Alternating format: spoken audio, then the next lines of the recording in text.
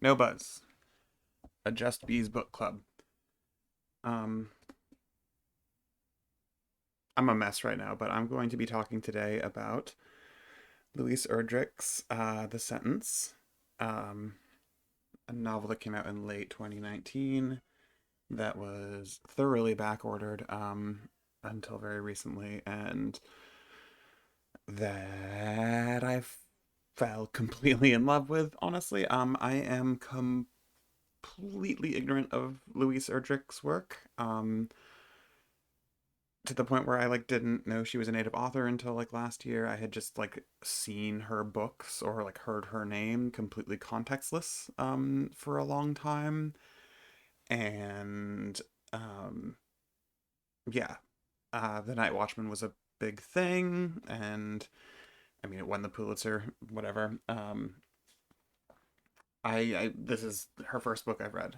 Um I have since started the Bingo Palace, I think is what it's called. I'm not sure. It's yeah. I'm reaching around for other things of hers to read because of how much I liked this book. Um, I loved it. I loved it. I loved it. Like a lot. I uh shouldn't have in many ways. It doesn't seem like the kind of thing I would fall in love with. But I did, and it's done, and I'm now, you know, staring at my phone and no, sorry, I'm staring at you, the person who's not watching this, and talking about it. So, um, there is a polyvalence to the title, the sentence. It is about the thing that you, or at least I, would immediately assume it's about, which is to say sentences, as in the thing that is sort of the smallest possible unit of meaning beyond linguistic semantic unit, the structured way in which we communicate with one another. It is also, as the first line makes very clear, the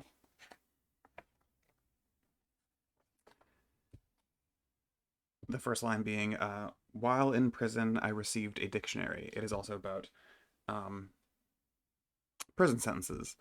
Um, that goes on, that first bit goes on to be about receiving a dictionary and looking up the word sentence in the dictionary and sort of how that helps our protagonist um, deal with some real traumatic events in prison. The story of the book is roughly not the story. This is a plot summary thing I'm doing, not a story thing. The plot of this book is, um, Tookie is our POV character. She is sort of conned by a girl she has a crush on to move this girl's boyfriend's body from where he just died to her place. Um, in doing so, she is then caught by a another native cop called Pollux, who handcuffs her at a restaurant as she is getting away, um, and then goes to jail for about 7 years. I think she's in prison from 2009 to 2014. 20 that math doesn't work. 16 would be the year. Um, she does time. There's a former teacher of hers named Jackie who sends her a book every month, which hi, that's incredibly important. I am a failure of a person in many ways, but sending books to prisoners is really important, and I would highly recommend you getting involved in uh, local or national or whatever or international efforts to support prisoners and to abolish prisons, because that's the more, I'm not going to say what's more less important. Um, abolish, abolish them, um, and many other things. Um, uh, when she is released, she ends up uh, reconnecting with both Jackie and Pollux. This is, I guess, spoilers in the sense that it is things that happen early on in the book, but Pollux she runs into, and he asks her to marry him. He is now an ex-cop. He has quit, and it does tribal ceremonies basically for his living. Um, Jackie is one of the only people at one of the jobs she applies for that gives her a chance. Jackie is now the new book buyer at a bookstore, which is eerily reminiscent of the bookstore that Louise Erdrich owns, Birchbark Books, which is also in the acknowledgments. So that's like fairly clear if you do even a minor amount of digging. Um, the This is all prologue basically. Because the book itself actually takes place from November of 2019 until November of 2020. And this is, from '09 to 2017 ish. 20, maybe even 2018. Anyway, so the book proper starts with Tookie having been a bookseller for a while. She's like a great salesperson and has something that seems sort of similar to like an eidetic memory thing. There's a moment early where she talks about like realizing that she is able to reread books she has already read just in her head, um, which sounds like a really useful thing for a bookseller to be able to do, and also an incredibly potent survival mechanism for somebody in solitary and shit. Um, the the sort of main threads of the plot are so we open up in November of 2019 because that's when a customer of the bookstore dies. Her name is Flora. She is described pretty impeccably as one of those customers. I say with, only 2 years, I guess, at this point of bookstore experience, but that's, yeah.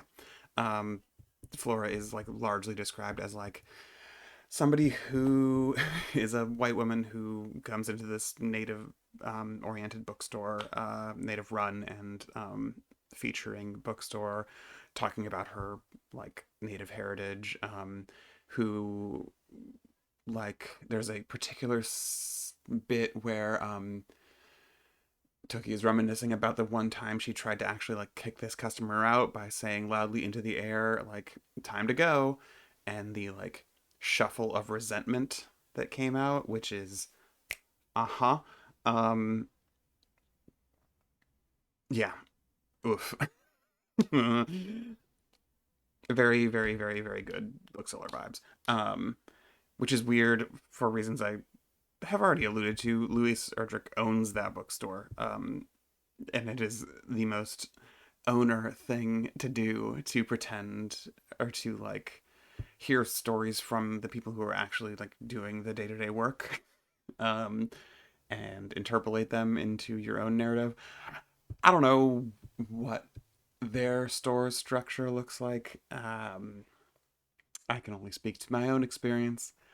Um, but yeah, so the the beginning of the narrative is when Flora passes, and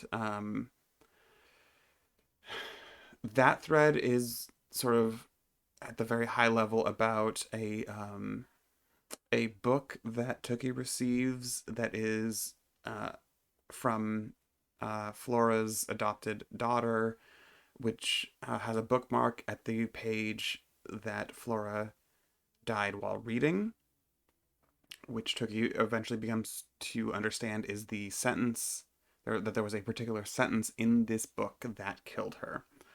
Um, Flora then begins haunting the bookstore. I think the bookstore is completely unnamed, but it is in many ways very clearly Birchbark Books, like the real place that Louise Erdrich owns. Um, the other thing is this is written again from November of 2019 to November of 2020. So, oh, and Louise Erdrich is based in Minneapolis, Minnesota. So, uh, I think you might see where I'm going, but the pandemic hits in March when we all in the United States got the stay-at-home orders, um, and then the police murder of George Floyd hits in the summer, and that is in in Minneapolis. Um, I I like genuinely really love this book on a sentence level and on a feeling level and on a like I just needed this to um process even a very small amount of the things I've been trying to process for the last 2 years. Um the I don't know.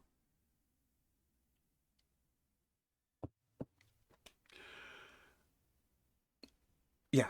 Um it is it is complicated to read. Erdrich right about a character whose partner is a former cop. But I don't think she like fumbles it, but I also am like very conflicted about it. Like I think she does a really good job of talking about how like he is someone who handles traditional ceremony things, like they share cooking. They've never had a child, but he had a child from a previous relationship that she is very has a very weird relationship with, like who she has blown up at in a way that has made it very contentious. Um, and that kid Hedda is also a major character. She like comes into the into Tookie and Pollux's life, um, basically right before the pandemic hits with a baby, um, and um, they end up quarantining together basically, and working a lot of stuff out and falling apart and coming back together. But like, yeah,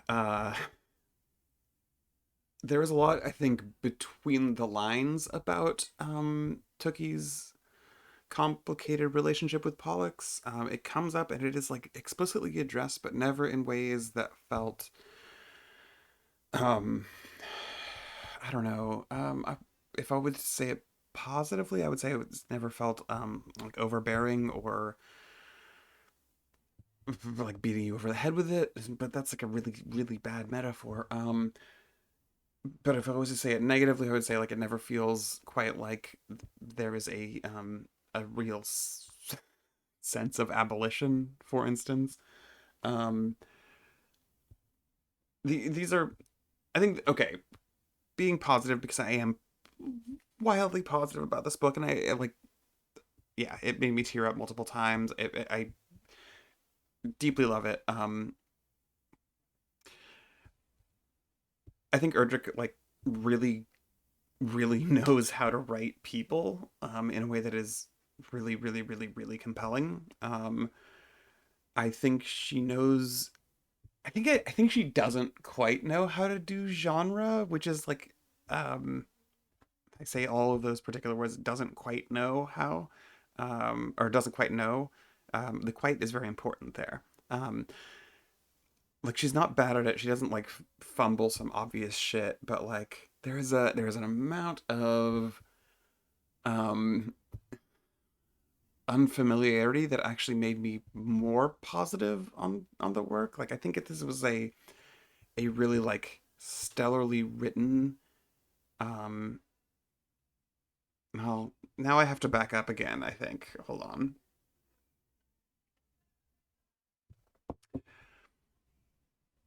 When I say genre, generally what I'm talking about are like two things that are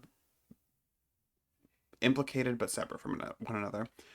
Um, I mean, there's the obvious, like the not the obvious, the high level version of genre is that a novel is a genre, right? So the subdivision of novels into different kinds of genre, meaning sort of a category of expression, maybe is a way I can articulate it briefly right now without talking Luke Hotch or whatever. So when I'm talking about genre here, I'm talking about genres within novels, like things like science fiction, fantasy, horror, romance, westerns, etc., etc., etc. When I'm talking about genre, I generally mean two things. The first is sort of the rhetorical or literary theory version of it, which is um, at the most base level, sort of like certain signifiers used in writing that are widely understood, period.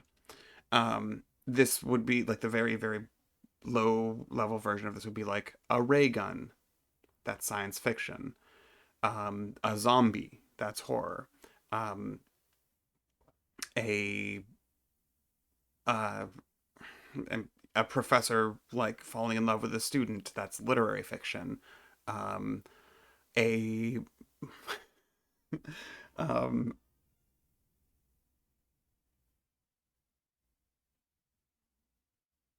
a giant mansion, that's gothic, right?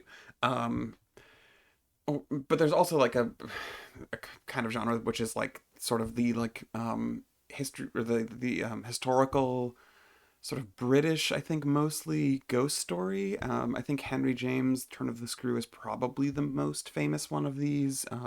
I personally adore M.R. James's ghost stories.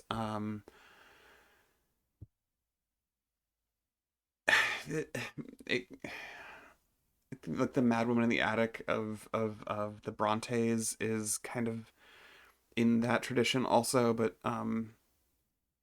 works it slightly differently. When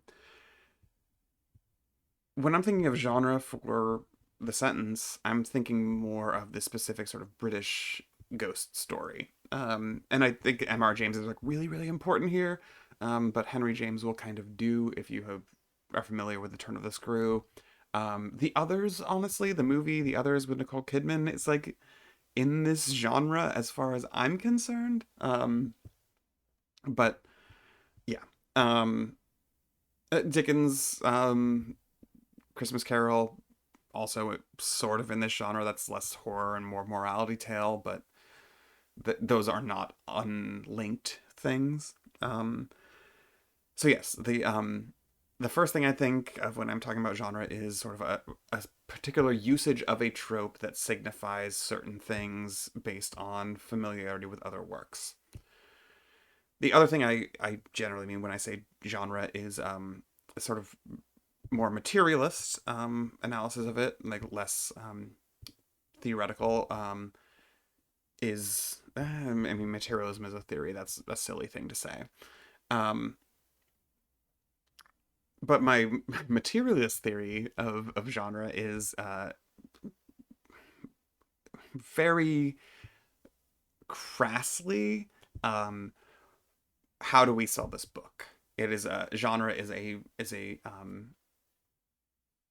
fiction of marketing. You see this with John Campbell,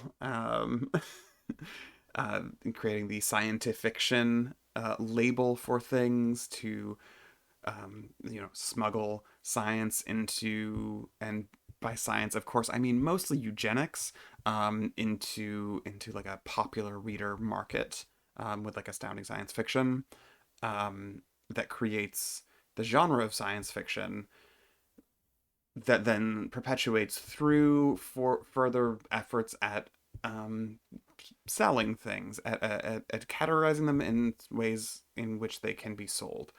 Um,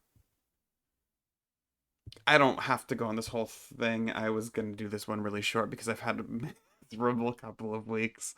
And I'm just bone tired. Um I was actively thinking to myself earlier today, like, my stomach is so tight in knots that it feels like it's punching my spine. Um, and I've forgotten um the beginning of my point, and it's a bummer.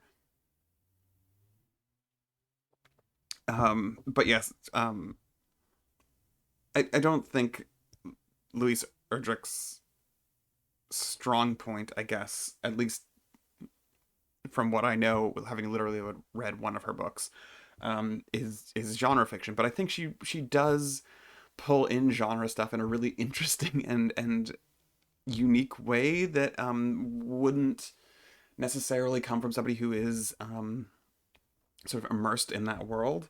Um, I think I can say, like, very broadly that there are, like, not just ghosts in this book. There are spirits. There are werewolves. Uh,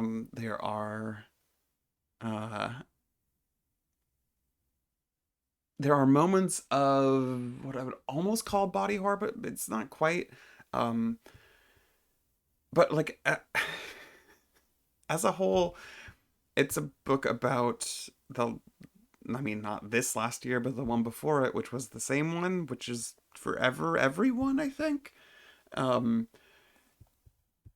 I, yeah, I don't think I have emotionally had as much of a immediate and full-bodied reaction to a book since I read Sorrowland last year, um, which is the most I've ever had any reaction to any book. But I'm writing out my 2021 things right now, and it's hard to write 90 paragraphs honestly because I'm writing a paragraph per book. Um, yeah, I want to. I guess I will say, sort of wrapping this up to talk about the end of this book in a very vague way, because on some level you kind of already know, right, what the end of this book is. It's November of 2020. Um, there is there's a sort of not not investment, I think, is accurate. There's not an investment or a hope in the results of the presidential election, but it does play a part. And it's, I don't know, it feels so removed to me, at least, from the immediate impact of so much of this work, of this book, of this book that I adore, The Sentence, so much. Um, but that might be a me thing, as a person who is, you know, revolutionary, I guess. Um, who is prepared and desirous of revolution, maybe, let's say. Prepared. Uh, yeah, that could be read in a lot of ways. Um, yeah, there's a bit there that feels real, I guess. Here's actually the way to phrase this. All of that walk, walk, walk. Um, this is sort of what I was saying at the beginning ish, right? Louise Erdrich owns a bookstore. Um, she has been a successful writer for a very long time. Um, she has access to certain amounts of wealth that I don't and will never, I think. Um, I can even walk that back. Uh, because that is, oh yeah, racially tinged in a really bad way. Um, she has a personal investment in the successful the success of running a business that I don't, which leads to, I think, materially an investment in the change of the status quo rather than the complete dismantling of it, which leads the end of this book to be kind of vaguely positive about Biden's election, even though it like elides it because it has to technically end in November of 2020 in a way that I felt very, very much undercut the more revolutionary energy of a lot of the book. Um,